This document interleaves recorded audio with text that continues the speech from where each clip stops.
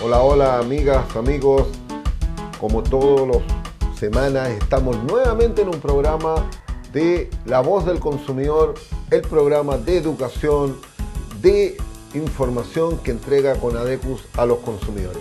Y como siempre tenemos un invitado o invitada importante.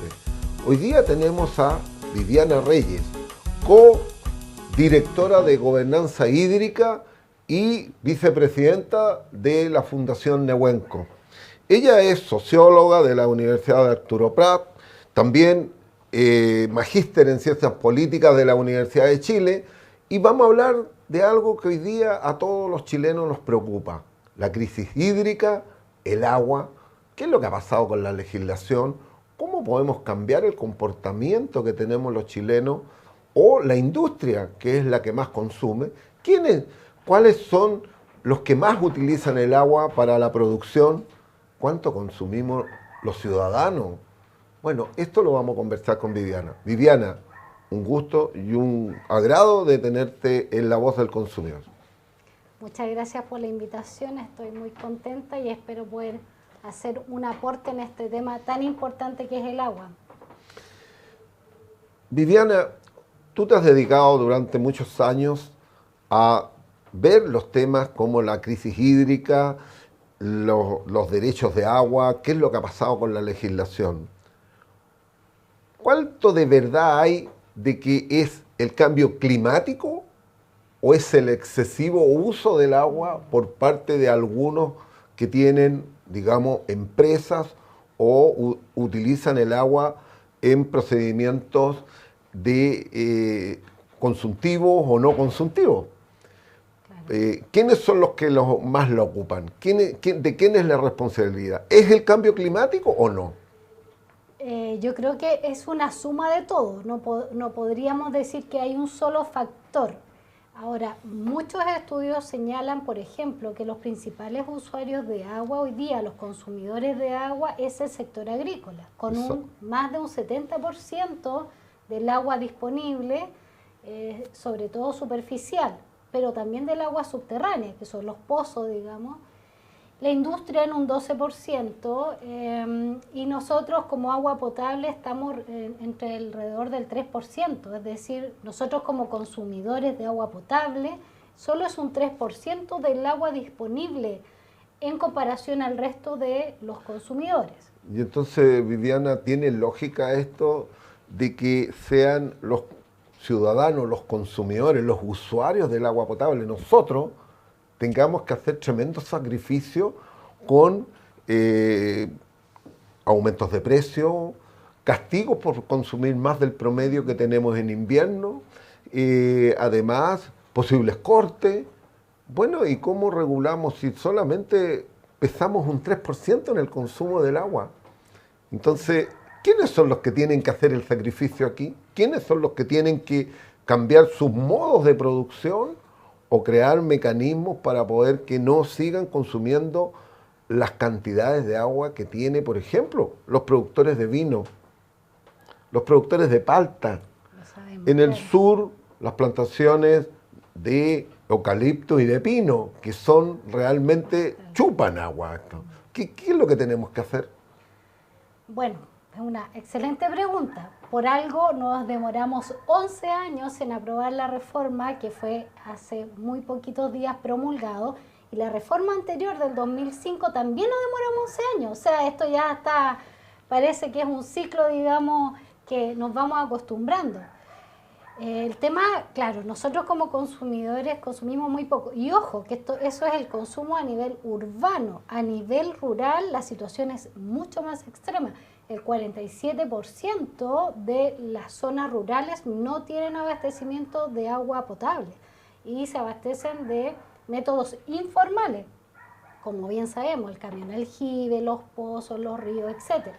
Entonces, claro, el tema es quién tiene que hacer el mayor esfuerzo. Ahora, yo creo que el esfuerzo es de todos, sin embargo, de todas maneras hay sectores que históricamente han consumido más agua y no han pagado los costos de esa escasez que tenemos hoy, porque sequía y escasez hídrica no es lo mismo. No. La sequía tiene que ver con la falta de lluvia en un tiempo prolongado, pero la escasez no solo tiene que ver con la sequía, también tiene que ver con la gestión del agua. Y ahí es donde está el punto, que en Chile hemos hecho quizás una gestión incorrecta o poco adecuada del agua, y también no hay estudios de cuánta agua tenemos. Entonces hay un sobreotorgamiento en las cuencas, en muchas cuencas, en el fondo hay más derecho que el agua que existe. Exacto, eso Entonces, lo tengo claro. ¿qué dicen los productores, por ejemplo? Dicen, yo tengo derechos,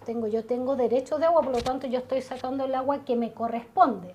Entonces, tiene razón desde su punto de vista.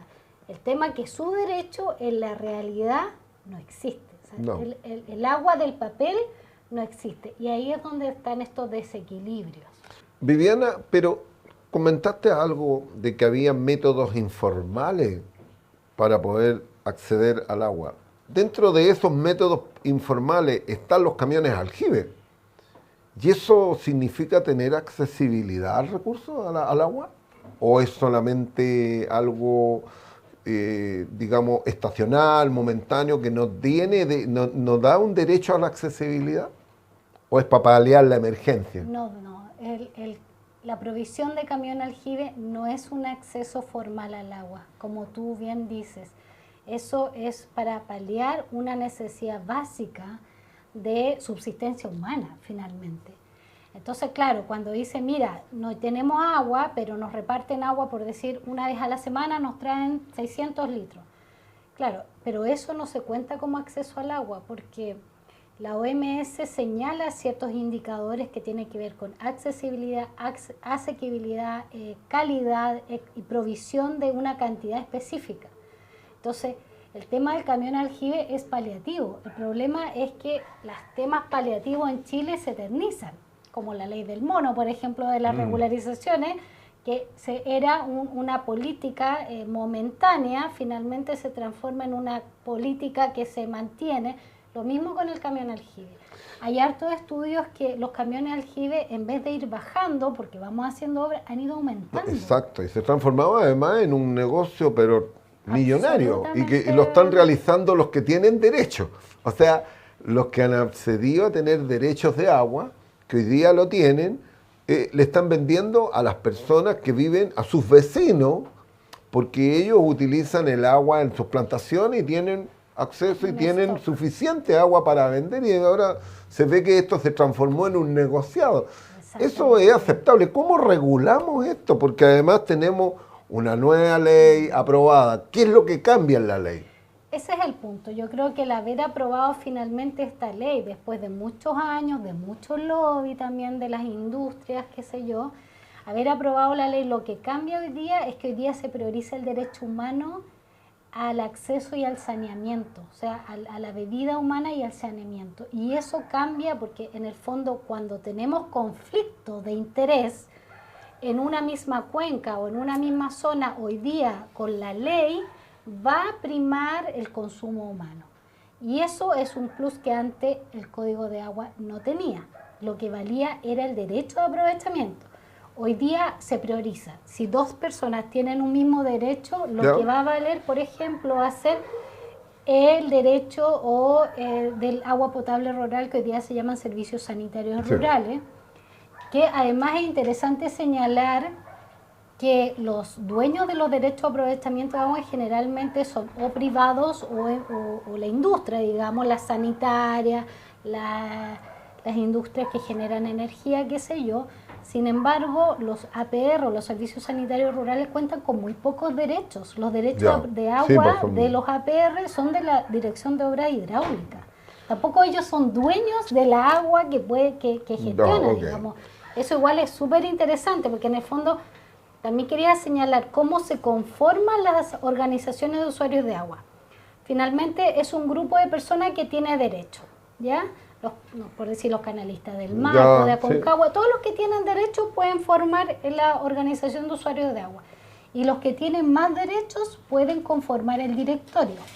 O sea, usted industria tiene 5.000 derechos y usted pequeño agricultor tiene 2, nunca va a ser parte del directorio. Por lo tanto, ¿quién va a tomar las decisiones? Los que tienen más derechos. Los que tienen más derechos. ¿Te fijas? Entonces hay un desequilibrio de los consumidores, porque el pequeño agricultor, como el gran empresario, ambos son consumidores de agua. ¿Te fijas? Sí. Pero hay un desequilibrio en la gestión, porque el pequeño agricultor nunca va a poder ser el presidente del directorio. Bueno, es que esto parte también con la privatización. ¿Cuánto influyó la privatización en la situación que tenemos hoy día?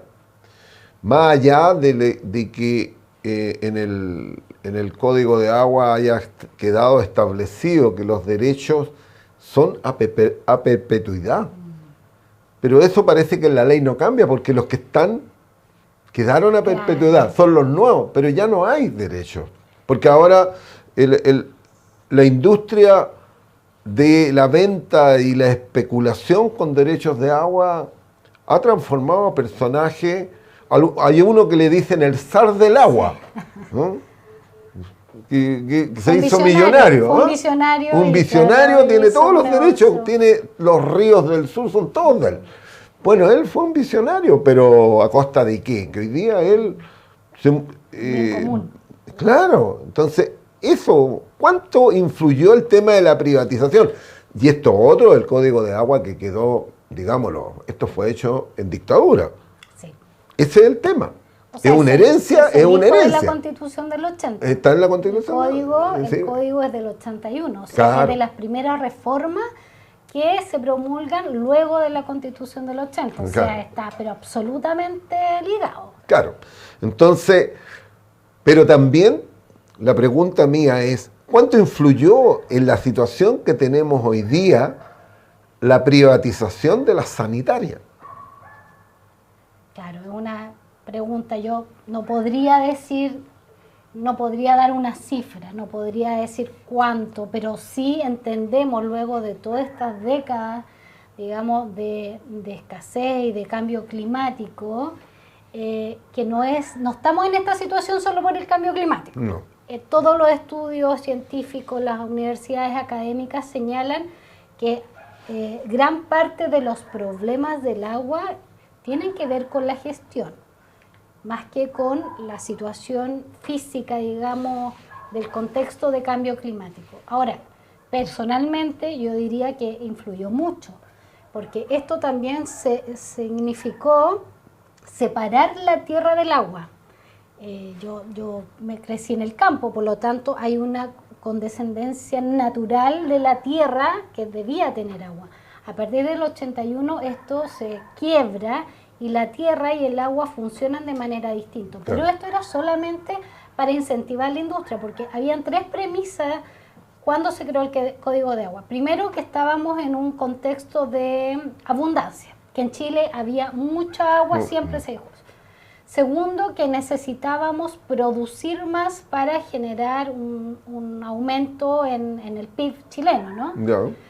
Y segundo, que había que abrirse al exterior. Por lo tanto, las tasas arancelarias bajaron, finalmente se abrieron todas las posibilidades para que los productores comenzaran a producir a destajo porque había mucha agua. Y eso generó, obviamente, la asignación de derechos gratuitos, que la gente pedía solo con comprobar que iba a ser un negocio, o iba a ser un embalse, por ejemplo, o iba a ser centrales de paso para energía, y se entregan los derechos gratuitamente. Gratuitamente, a perpetuidad. A perpetuidad, pero eso automáticamente generó un mercado de aguas que no existía en Chile antes del Código de Agua. Por lo tanto, se generó un nuevo negocio en Chile, que era vender y comprar agua. ¿Te fijas? Y a medida que fue pasando el tiempo, esos papeles, digamos, dejaron de tener una correlación en la realidad, porque lo que fue pasando es que los ríos se fueron secando. Por lo tanto, yo legalmente, la Constitución dice que el derecho de aprovechamiento de agua es un derecho real, que es además heredable, esa perpetuidad. Uno lo puede heredar a sus hijos, a sus nietos. Pasa a ser parte del patrimonio de la persona. Exactamente. Es parte de su patrimonio. Sin embargo, en la realidad, esa agua no existe. No, pues sí, yo he leído estudios y todos los estudios dicen que hay más derechos que agua. No hay, o sea, se entregaron derechos a destajo sin saber si existía el agua o no. Se entregaban derechos a personas que los solicitaban. Y por lo tanto después, cuando muchos compraron derechos, a lo mejor no hay nada. Normalmente el Estado, Viviana, nosotros lo hemos visto en otro tipo de casos, que es un bien nacional de uso público, Sí. como el agua.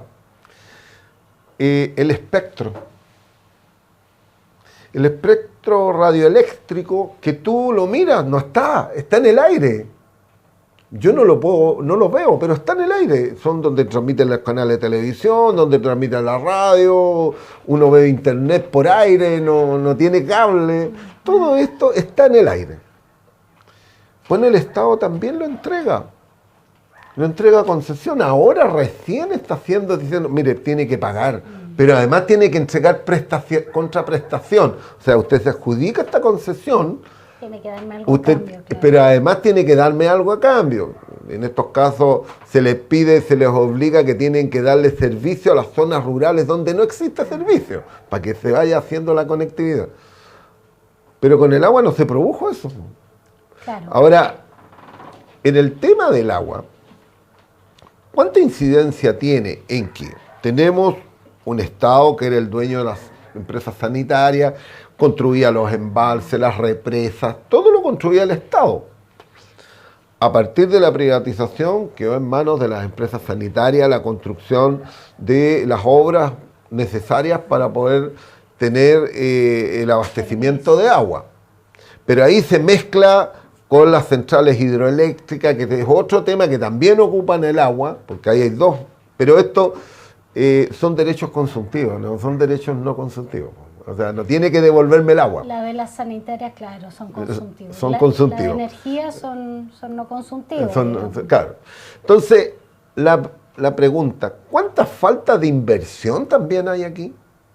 ¿O será que el Estado se quedó sin hacer las inversiones suficientes? Porque, para poder argumentar mejor, nosotros tenemos un problema.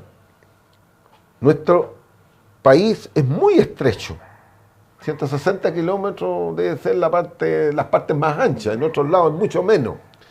Nosotros tenemos la cordillera al lado, por lo tanto el agua baja a demasiada velocidad y va muy rápido que llega al mar. No tenemos cómo captarla y poder retenerla. ¿Qué es lo que faltó? ¿Inversión? O sea, primero decir, estamos acostumbrados, o estábamos, espero que ahora ya no, digamos, a escuchar esto de que el agua se pierde en el mar. Los biólogos, los hidrólogos dirían que eso es un pecado enorme, digamos, porque en el fondo el agua tiene un montón de funciones ecosistémicas y también sociales. Entonces, claro, ¿cuál es el problema que dices tú? Es que hoy día los tratos son entre privados y el Estado queda fuera de esas conversaciones, porque las sanitarias son privadas, la industria de energía es privada, las organizaciones de usuarios de agua son privados, donde están los agricultores, por ejemplo. Por lo tanto, hoy día el Estado mira de afuera cómo hacen negociaciones los privados. Entonces, ahí, por ejemplo, tenemos el caso de Aconcagua, de cómo en Aconcagua hay un conflicto enorme entre la primera sección y entre la cuarta sección, es decir, cómo la minería en los Andes, por ejemplo, y abajo en Quillota la cantidad de agua que les llega, y también la sanitaria dice, bueno, usted está priorizando el derecho humano al agua, tienes que darme agua, yo soy hoy día el sector más importante, por lo tanto, todo el agua del embalse necesito para proveer al Gran Valparaíso, por ejemplo. Entonces, finalmente, ¿qué hace la DGA en este caso? La DGA, según el Código de Agua, cuando los privados no logran ponerse de acuerdo entre ellos, entra la DGA. ¿Es un mediador o un árbitro? Exactamente, pero en el fondo, antes de eso, las negociaciones, las conversaciones son entre privados. O sea, yo usuario no puedo decir, ¿sabes qué?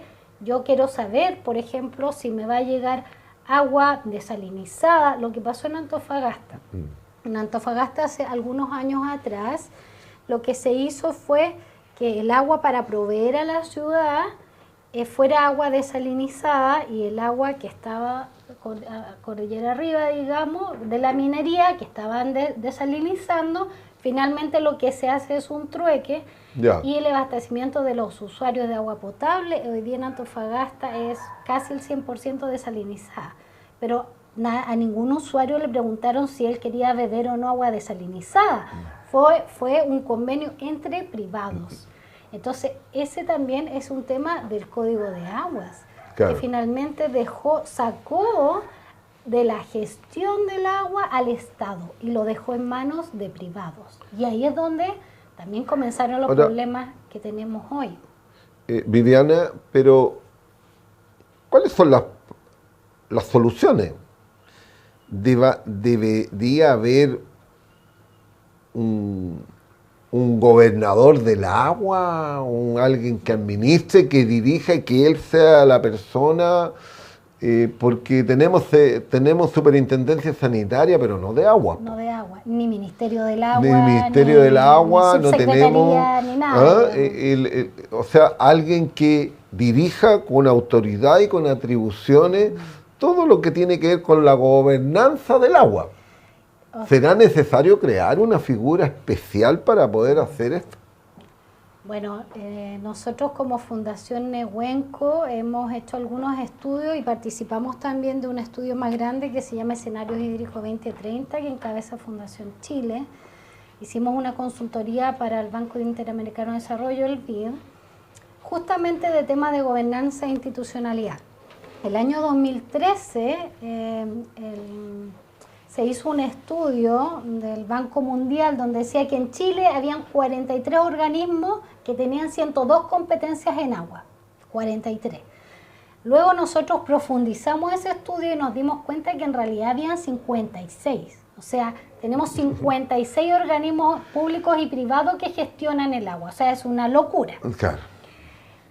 Y eso ha significado que hay varios estudios, del Banco Mundial, de Fundación Chile y otros de otras ONG, principalmente ambientales, que nos señalan que hoy día es urgente tener una nueva institucionalidad y una nueva gobernanza del agua. Y eso, lo que nosotros proponemos como fundación es partir por la gobernanza local, por la gobernanza por cuencas, porque resulta que la figura administrativa de región a veces corta la cuenca, hay el límite geográfico, digamos, pero resulta que el río pasa por 2 o 3 regiones, por lo tanto la lógica del agua no es la misma lógica política. Entonces lo que nosotros creemos hoy día es que hay que generar una nueva instancia de gobernanza del agua a nivel local, que le han llamado organismos de cuenca. Nosotros, o sea, como fundación señalamos... Algunos hablan de los municipios que tendrían también que tener atribuciones. Sí, bueno, yo he sido funcionaria municipal muchísimos años de mi vida y yo puedo dar fe de que los municipios no tienen atribuciones. Los municipios solo tienen 3 funciones que tienen que ver con obras de drenaje, etcétera. Sí. Pero los demás, los municipios no tienen idea, no saben. Si alguien va a preguntar, por ejemplo, de un derecho de agua en el municipio, no sabe. O sea, y no es que no sepa, digamos, el portero, no sabe el director, te fija mucho alcalde, a lo mejor de comunas 100% urbanas tampoco saben, porque esas funciones no están radicadas en los municipios. Nosotros creemos que el organismo de cuenca tiene que sobrepasar al municipio y tiene que estar integrado por los municipios, más los organismos públicos y todos los usuarios del agua, tengan o no tengan derechos, sean públicos o privados. O sea, si en una cuenca hay, por ejemplo, clubes deportivos que sean potentes o que usen el agua, o centros juveniles, qué sé yo, ellos son usuarios y consumidores de agua. Sí, ¿no? Por lo tanto, están en todo el derecho de participar de este organismo superior de gestión del agua. Ahora, hoy día hay por ejemplo, no tenemos un plan nacional de gestión hídrica. No existe en Chile.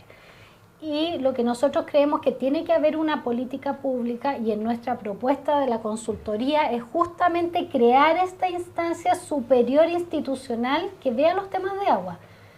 Lo que nosotros, bueno, hay algunos que dicen que debiera ser un ministerio, como es minería, como es energía, etcétera.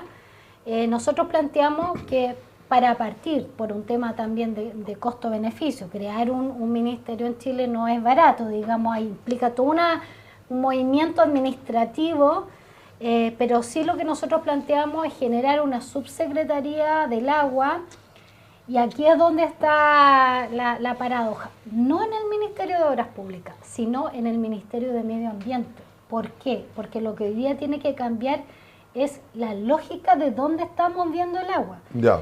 O sea, hace 30 años atrás era el Ministerio de Obras Públicas, porque lo que se necesitaba era hacer embalses, canalización, etcétera. Porque había agua. Hemos también la empresa. Claro, porque había agua. Hoy día no hay agua. Por lo tanto, lo que necesitamos es gestionar el agua que tenemos de manera correcta.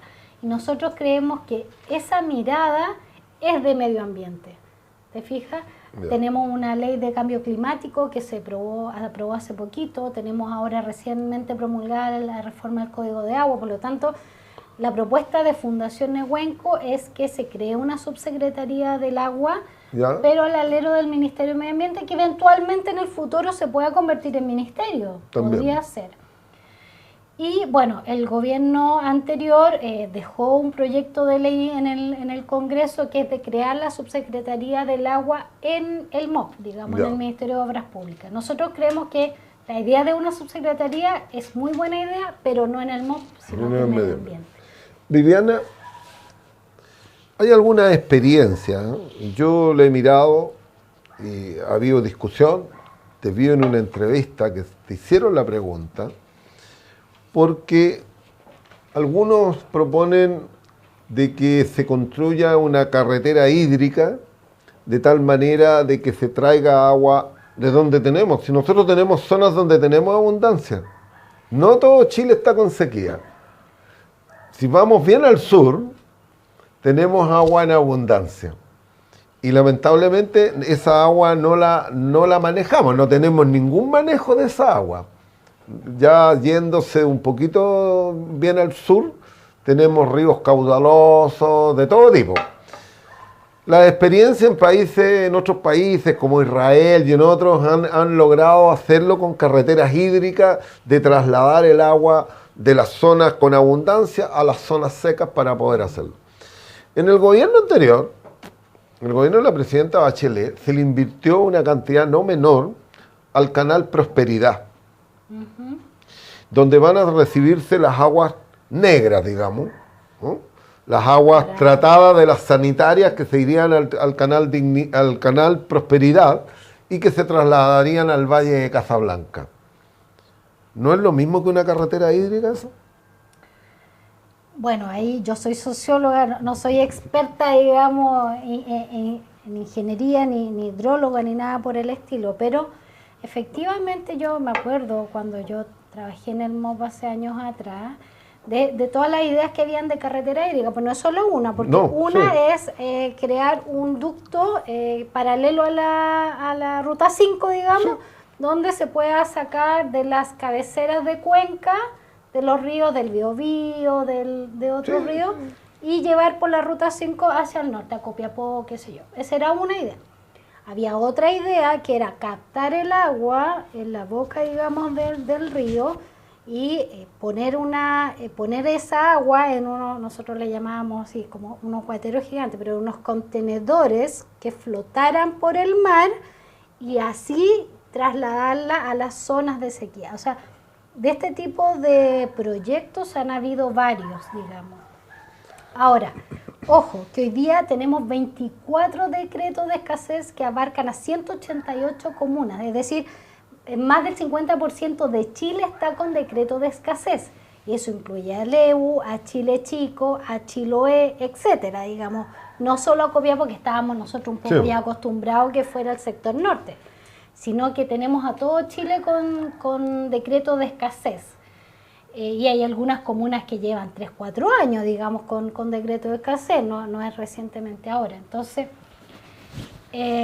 a mí personalmente no me gusta esa idea, pero por un tema que tiene que ver con el ecosistema, ¿no? Porque en el fondo el agua que fluye no es un agua que se pierde, sino que un agua que tiene una función. Hay animales, vegetales, etcétera, digamos que esa cuenca tiene ese sentido por el agua que tiene, digamos.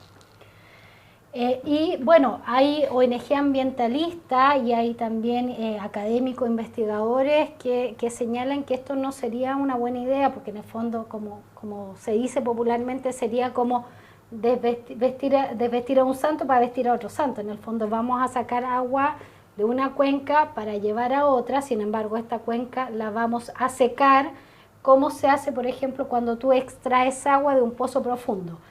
Excavas pozo y tú sacas, a los 20 metros saca agua, pero resulta que el año siguiente ya a los 20 metros tú tienes que profundizar el pozo y a los 5 años tienes que llegar a los 80 metros. En el fondo es lo mismo, o sea, como quizás hace 5 o 6 años atrás este proyecto era bien atractivo.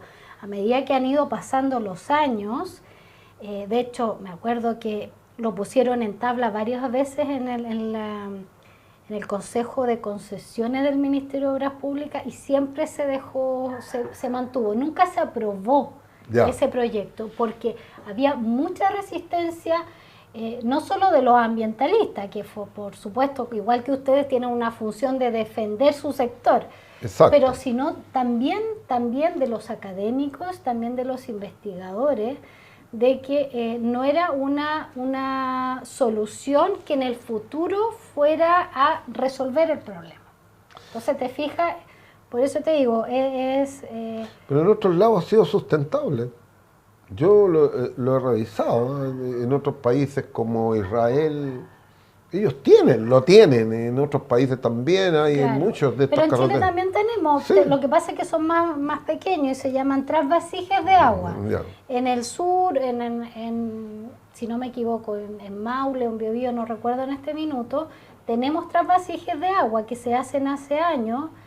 De hecho, la gente de la EGA me contaba que, por ejemplo, canales que se conectan, que vienen de los embalses, tienen varios trasvasijes de agua, y eso sí es una mejor medida, el trasvasije de agua entre subcuencas. Te fijas que en el fondo, en todas las derivadas de la Concagua, por ejemplo, o del Maipo, donde se pueda llevar a través de canales, Eso existe. Eso existe y eso ha sido mucho más sustentable que llevar agua en grandes cantidades de una cuenca a otra. Todo esto que hemos estado hablando es parte de lo que nos tiene con tantos problemas para abastecimiento, principalmente para consumo humano.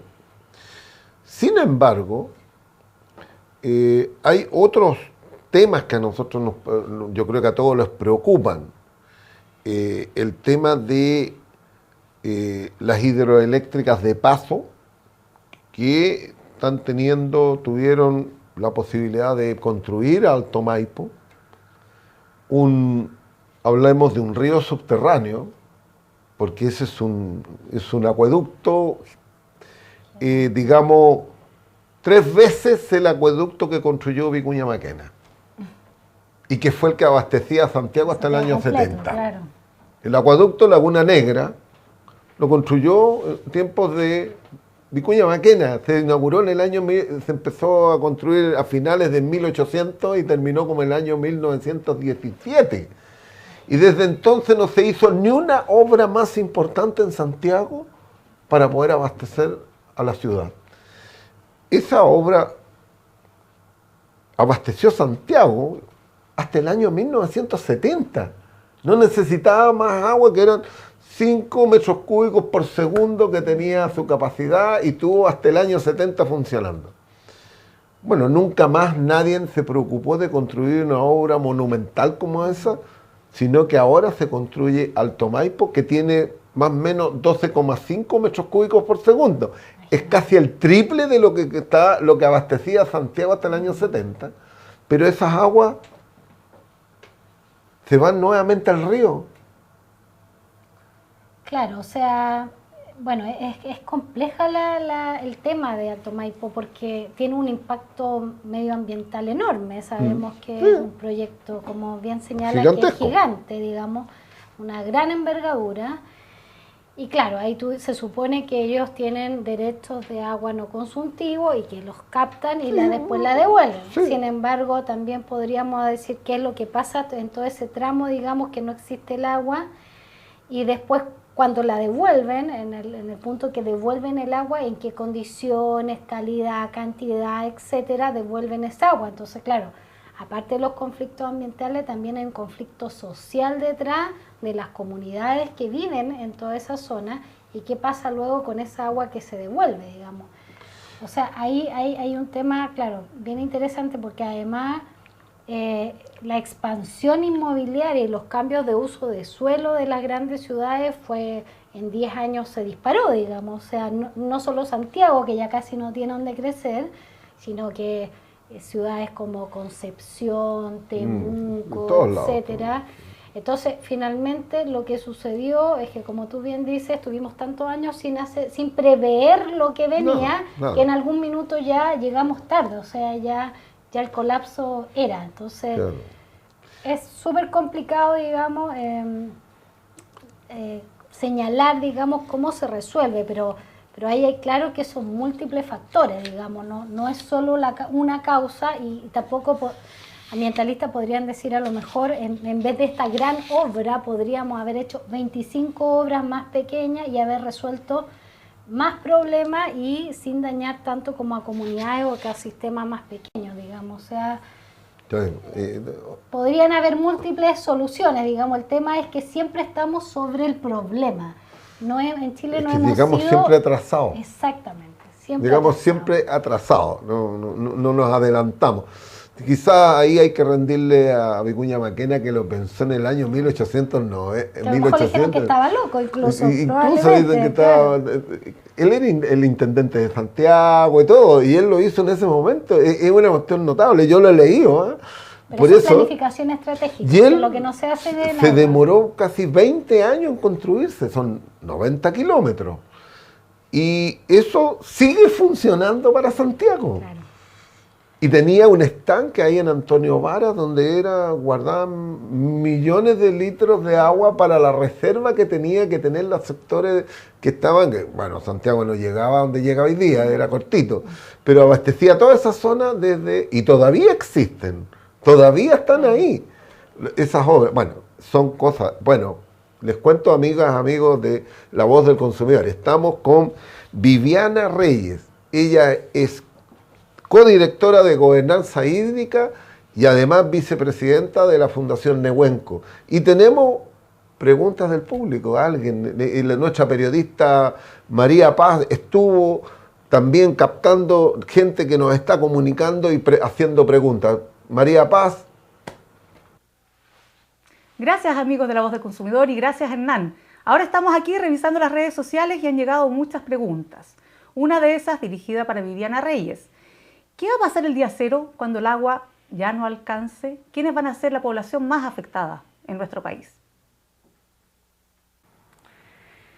Bueno, esperemos que el día cero no llegue, pero en muchos países ha llegado ya del 2019, 2020, ese día cero ya llegó. Probablemente lo que vaya a ocurrir es lo que ya está ocurriendo en muchos territorios, en muchas comunas del país, digamos. Lo que pasa es que, bueno, somos un país bien centralista, las regiones siempre reclaman, digamos, que Santiago es Chile, y el día cero ya llegó. En muchas comunas de Chile el día cero ya llegó. Por lo tanto, la pregunta quizá es qué pasa el día cero de las grandes ciudades, de Santiago, del Gran Valparaíso, del Gran Concepción, etc. Lo más probable es que, como ocurría quizás en los años 80, vamos a tener algún tipo de racionamiento y vamos a tener que cambiar nuestra lógica de hábitos. Vamos a tener que enseñarles a nuestros niños que las duchas no pueden ser de tina, sino que tienen que ser duchas cortas. Vamos a tener que la agricultura hacer recambio de nuestros cultivos, no va a poder ser quizá los paltos, sino que vamos a tener que reaprender todos nuestros hábitos, desde los hábitos más básicos hasta los hábitos de producción y desde la industria, la agroalimentación, etcétera. ¿Quiénes son los más afectados? Hay un montón de estudios, hay un estudio de Fundación Nehuenco que lanzamos hace muy poquito, hace unos meses atrás, donde las mujeres y los niños son los más afectados con la crisis del agua. Las mujeres son las que en general se encargan de la gestión de los hogares, la gestión del agua. En Chile hay alrededor del 30 o 40% de hogares que son encabezados por jefas de hogar. Y en las que hay padre y madre, digamos, o familia ampliada, generalmente es la mujer la encargada de provisionar el recurso agua. Y ellas son las más afectadas. También los niños, que hay temas de higiene, hay temas incluso de alimentación, de temas de desarrollo y crecimiento que tienen que ver con la demanda, el consumo y cómo se relacionan con el agua. Por lo tanto, ahí es muy importante tener una mirada especial para los niños y las mujeres. Siguen llegando preguntas. Pero esta pregunta es dirigida a la Fundación Nehuenco. ¿Qué es lo que espera la Fundación del texto de la nueva Constitución en relación a los derechos del agua? Nosotros como Fundación Nehuenco hace unos meses enviamos a todos los constituyentes un documento que se llama Bases para la discusión sobre el agua, donde señalamos algunos puntos que nosotros creemos que son fundamentales que estén en la nueva Constitución, como por ejemplo la priorización del consumo humano, como los derechos de la naturaleza, como los equilibrios económicos con los equilibrios ecosistémicos, por ejemplo. Por lo tanto, lo que nosotros esperamos de esta nueva Constitución es que derechamente haya un enfoque basado en la sustentabilidad, donde el agua no se ha visto como un recurso económico, sino más bien como un recurso social que debe priorizarse como un bien nacional de uso común, donde todos podamos estar beneficiados y no haya desequilibrio entre los usos del agua. Por lo tanto, estamos muy confiados. Hemos desarrollado conversatorios, charlas, seminarios, talleres con varios de los constituyentes. Hay varios que provienen de organizaciones comunitarias, provienen de servicios sanitarios rurales, provienen de comunas que han tenido una escasez por muchos años y falta de acceso al agua. Por lo tanto, creemos que esta nueva Constitución va a conversar mucho mejor con la realidad actual de crisis climática y con la nueva reforma, y va a empujar a que la institucionalidad y la gobernanza del agua en Chile cambie. Eso es lo que nosotros esperamos. Tenemos harta información, hartas investigaciones, así que los invito a visitar nuestra página web www.nehuenco.org para que puedan ahí mirar todo lo que estamos haciendo, y los invitamos a colaborar o a opinar, a instalar temas. Y esa es nuestra idea, poder instalar el tema del agua como un tema urgente e importante para todos los chilenos. Gracias, María Paz. El público, las personas que nos están viendo en Conadeco están preguntando, están inquietos. Este es un tema que tiene una preocupación muy importante en las familias, porque tenemos también que podrían haber algunos cortes de agua. También vemos la gente que está desesperada recibiendo agua por camiones aljibe, o simplemente no tiene agua. Entonces es un tema relevante, y las preguntas del público, las preguntas de los amigos, los consumidores, de los usuarios de Conadecu son importantes para nosotros, y creo que aquí María Paz con sus preguntas, con su entrevista, y Viviana también respondiendo. Y Viviana,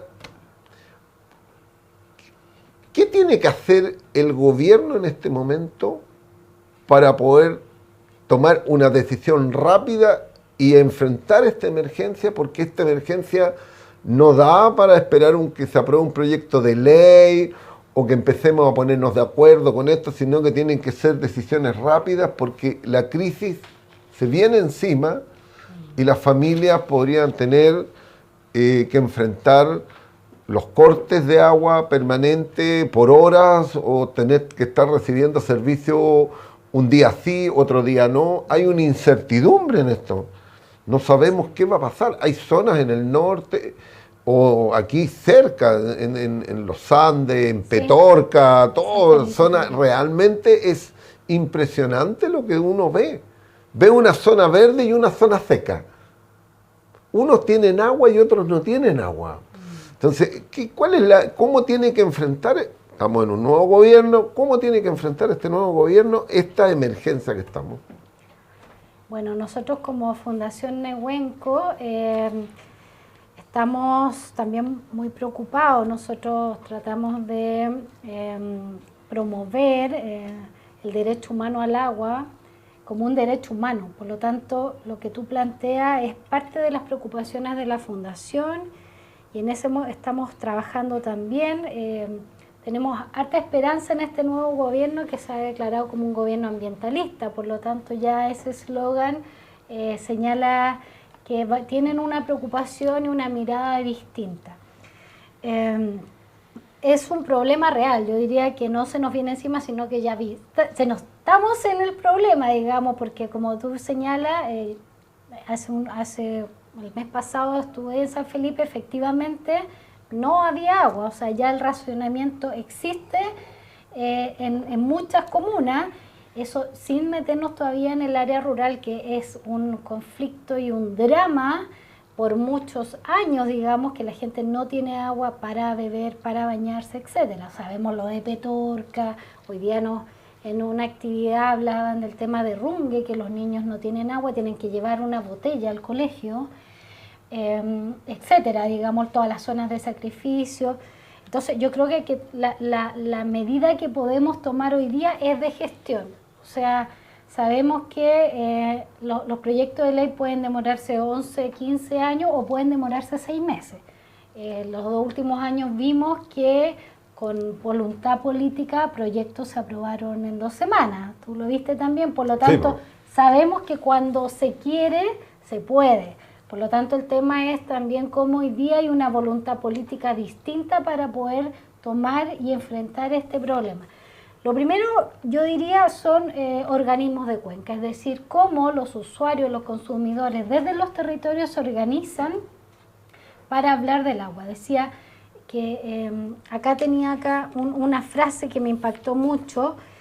Decía, ¿hasta dónde llega la política cuando deja de ser pública? Porque hablamos de las políticas públicas son para todos, pero no les llega a todos, digamos, porque hoy día y hace muchos años no todos tienen agua, por lo tanto la política pública tampoco llega.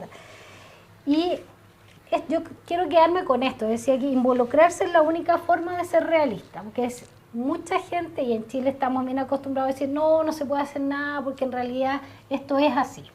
Por lo tanto, no voy a votar porque yo igual tengo que trabajar, o yo no voy a votar porque a mí nadie me regala. Y ese tipo de actitudes hoy día como consumidores tienen que cambiar. O sea, hoy día yo me tengo que involucrar porque en el fondo es parte de mi realidad. Cómo nosotros como consumidores urbanos, por ejemplo, nos comprometemos en la propia gestión, que tiene que ver con las piscinas y cómo usamos bien, pero también en cómo hacemos presión pública para que los otros grandes consumidores de agua hagan lo suyo, porque en el fondo nosotros como consumidores de agua potable, como tú decías, somos muy poquititos en el porcentaje. Entonces, ¿cómo nosotros hacemos presión pública y política para que el resto de los consumidores también hagan su parte, digamos? Y en eso los organismos de cuenca, nosotros creemos que la gobernanza multinivel, es decir, que las cuencas se organicen, que todos participen, que la gente con derecho de agua no excluyan a los que no tienen derecho de agua, sino que en conjunto se gestione, eso es lo que se puede hacer hoy día. Podrían ser los alcaldes, podrían ser los gobernadores regionales quienes tomen esta bandera de lucha, porque ya la ONG ambientalista, los dirigentes ambientalistas, esto ya lo vienen tramitando hace muchos años. Lamentablemente en Chile hemos encontrado muchos dirigentes ambientalistas muertos extrañamente, por lo tanto hoy día tiene que transformarse en una preocupación del Estado. Y eso tiene que partir desde los territorios, cómo nos organizamos como consumidores en la gestión del agua. Y hacemos presión para que el Estado, digamos, pueda avanzar más rápido. Y ahora desde el Estado lo que hay que hacer fácilmente es hacer una coordinación interministerial, es decir, que los ministerios, tanto los productivos como los que gestionan, se junten.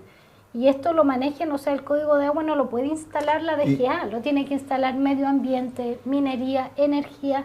Tiene que ser un compartir, porque en el fondo todos tienen que poner parte para poder resolver o por lo menos paliar un poco este problema. Y cuando se declara una zona en estado de sequía, ¿no existen mayores atribuciones de la autoridad para poder enfrentar esa situación? Sí, cuando hay decretos de escasez hídrica en alguna comuna o en la región, por ejemplo, la región del Libertadores está completa en escasez hídrica, ahí el Estado sí tiene la posibilidad de prorratear, digamos, los derechos de agua, es decir, restringir la cantidad de agua que puede sacar cada usuario. Es decir, yo tengo para sacar 100 litros, pero frente a un decreto de escasez, el Estado, la DGA, puede regular eso. Es decir, no, tú vas a sacar 50, tú vas a sacar de los 20 que tenías, vas a sacar 10, es decir, cómo se prorratea el agua existente en la comuna o en la región o en la cuenca, que es lo que está pasando en Aconcagua, por ejemplo. Ya, que ahí es la autoridad la que entra a administrar el recurso. Claro, solo si los privados no se ponen de acuerdo entre ellos. Claro. Ya, ahí entra la autoridad. Ahora, esta nueva reforma lo que hace es le da mayores atribuciones al Estado para poder intervenir. Ya. Y eso es lo interesante de la reforma.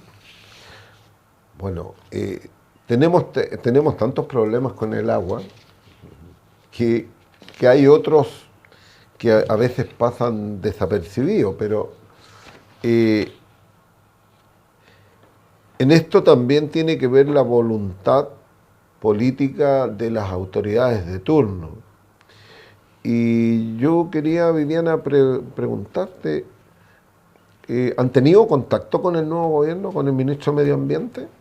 ¿Los has escuchado? ¿Han tenido conversaciones? ¿Le han transmitido sus opiniones, sus observaciones, sus propuestas con él? Sí, la verdad que sí. Nosotros, bueno, antes que asumir este gobierno, con el gobierno anterior ya habían habido, digamos, algunas conversaciones del tema, pero específicamente con este gobierno, bueno, algunos integrantes de la fundación o voluntariamente, nosotros participamos en una red de ONG ambientales que es el SCAC, con la academia, tenemos varios convenios con la Universidad de Concepción, etcétera. Donde nosotros enviamos primero a todos los constituyentes, mandamos las bases como fundamentales para el tema de la discusión con el agua, a todos los constituyentes. Compartimos también en algún minuto con los que eran candidatos presidenciales. ¿Ya? Y ahora, cuando asume el nuevo gobierno, también tuvimos la posibilidad de tener una reunión con la ministra de Medio Ambiente. Donde pudimos plantearle estas ideas, estas inquietudes y también plantearle esta propuesta de gobernanza y nueva institucionalidad que nosotros como fundación creemos que es importante y urgente. Vamos a publicar en un par de días más las bases institucionales para la nueva gobernanza del agua, que en el fondo tiene que ver con este trabajo que hemos ido realizando. Y tenemos la idea de poder seguir reuniéndonos con algunas autoridades de agricultura, de minería, de energía, ojalá, para poder transmitir, digamos, estos resultados, estos estudios, estas ideas generales que nosotros como fundación creemos que tienen que estar instaladas y tienen que ser urgentes desde la institucionalidad pública. Viviana, pero también tenemos ahí otro tema que a lo mejor que tiene que ver desde el punto de vista económico, del punto de vista de lo que se planteó en gobiernos anteriores, por dónde debía desarrollarse el país, y esto se contrapone con esa propuesta que hubo, que Chile era un país que tenía que desarrollar la industria agroalimentaria. Claro. Y segundo lugar, teníamos que nosotros también nos convertimos en que una de las industrias más importantes es la forestal. Y entonces tenemos de que en las zonas donde justamente hay plantaciones de bosques, lamentablemente también está ocurriendo, llegó la sequía. Y ahí ya es porque estos arbolitos que plantan son altos consumidores de agua. Y en el caso de la agroindustria, también. O sea, tenemos una industria que se desarrolló, exportaciones tremendas de celulosa, y por el otro lado de frutas que se exportan. Hemos incluso estado estamos sacando las viñas para poner cereza. En eso estamos, y hay que ver cuánto consumen. Nos convertimos en un importante exportador de vino, pero la pregunta es, yo sé de que producir 1 kilo de uva es una cantidad de litros de agua impresionante, claro. O 1 litro de vino. ¿Qué hacemos? ¿Tenemos que cambiar la matriz productiva? Yo creo que hay que cambiar la lógica de cómo se piensa el crecimiento económico. Hoy día yo creo que tiene que haber desarrollo económico, que no es lo mismo, porque el crecimiento tiene que ver con cuánto dinero genera el país, ¿no? Claro. Y el desarrollo tiene que ver con el bienestar social, con el bienestar de ese país, no solo de los ciudadanos, sino que también del bienestar, digamos, ambiental, de la calidad de aire que respiramos, de la calidad de agua que tomamos. O sea, yo creo que lo que hay que repensar es el paradigma del cual el país se quiere parar. O sea, y hoy día lo que tiene que importar o primar es el desarrollo más que el crecimiento. Nosotros creemos que cuando haya un desarrollo equitativo, ambientalmente equilibrado, eso va a generar a la larga más o mejor crecimiento. Bueno, yo creo que son tantas las preguntas y toda la incertidumbre que tenemos sobre el agua, que vamos a tener que transformar el país a lo mejor productivamente, hacerlo más sustentable las producciones. No es que se eliminen la agroindustria, pero tiene que ser más sustentable, tiene que ser mucho más digamos, colaboradora con la gestión que está haciendo de un recurso tan importante como el agua. Esto no es regar a destajo. Y lo vuelvo a repetir, se nos pide a nosotros, que somos los que menos incidencia tenemos, a los consumidores, a los usuarios. Sabemos de que las personas de sectores medios, bajos, no tienen ninguna relación su consumo con los sectores altos, como se ha demostrado, que son sectores que tienen alto consumo de agua, y eso hace subir el promedio que tenemos en el país. Claro.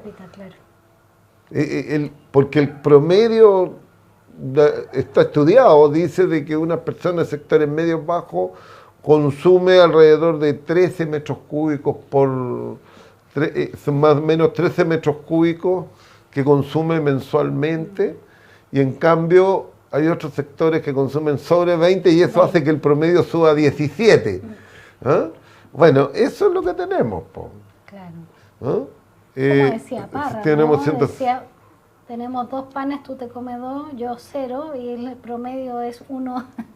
Es lo mismo, digamos. Claro, que consumes, claro, tienes unos que consumen 3 veces más de lo que consumen sectores de menores recursos. Y que es mayor cantidad de personas, digamos, también, porque el agua potable, el consumo humano, el saneamiento, digamos, somos todos los chilenos, digamos, lo requerimos. Y claro, la industria obviamente es mucho menor, pero claro, hay un tema también ahí de equilibrios económicos que hay que repensar también hoy día. Claro, sí, el promedio por persona es una cosa y el promedio mensual de las cuentas es otra. El promedio mensual más o menos son como 170 metros cúbicos mensuales, por ahí está. Ese es el promedio. Y que eso, la cuenta promedio en Chile es como 20.000 pesos, ¿no? Esa es la cuenta promedio de agua. Yeah. Es muy similar a la cuenta de luz. Curiosamente, ¿eh? Sí, yo viví muchos años en el norte y me acuerdo que allá el agua, bueno, siempre fue más cara que la luz, por ejemplo, en el norte. Por lo tanto, hay una lógica del precio, del valor de mi contraprestación distinta. Entonces, también hay que ver también cómo esas realidades son, porque está comprobado también que el agua del camión aljibe o el agua informal que no tienen acceso es mucho más cara que el agua que pagamos nosotros, que nos entrega por tubería la sanitaria. Sí, en promedio el litro vale 150 en las zonas informales. Y acá nosotros pagamos 0,36 pesos, por lo tanto sí, es más barata, tenemos mayor facilidad. En las zonas rurales esto es aún peor. Peor calidad, peor acceso y más caro. Claro, si hoy día estamos, imagínate, uno lo saca por metro cúbico, ¿eh? Se calcula de, ¿cuántos son? 17.000 litros al mes que consume un hogar. Claro, debería ser entre 50 y 90 por persona diaria. Claro, son como 17.000 litros al mes que consumimos. Ese es el promedio, ¿no? Tenemos ahí varias variables. De hecho, tenemos otro tema ahí, que justamente el gobierno a las personas más vulnerables les da un subsidio por el agua de alrededor de 15 metros cúbicos, que es lo que tiene garantizado a las personas de menores recursos y les subsidia. Tiene que solicitarlo en el municipio, hacer todo un trámite administrativo. Pero estamos justamente en una crisis hídrica tremenda. Viviana, te queremos agradecer de haber estado aquí en La Voz del Consumidor. Este programa de educación y información que tiene CONADECU semanalmente para informar a los consumidores de Chile. Así que te agradecemos enormemente que nos hayas acompañado y te dejamos aquí un minutito para que te puedas despedir. Muchas gracias por la invitación, muchas gracias por instalar el tema del agua. Para nosotros como fundación es muy importante hablar del tema. Así que muchas gracias por este espacio y por la posibilidad de poder conversar contigo hoy día. Gracias, Viviana. Bueno, amigas, amigos, este fue un nuevo programa de La Voz del Consumidor. El programa de CONADECU de información y educación que se emite semanalmente. Así que nos vemos la próxima semana. Chao, chao.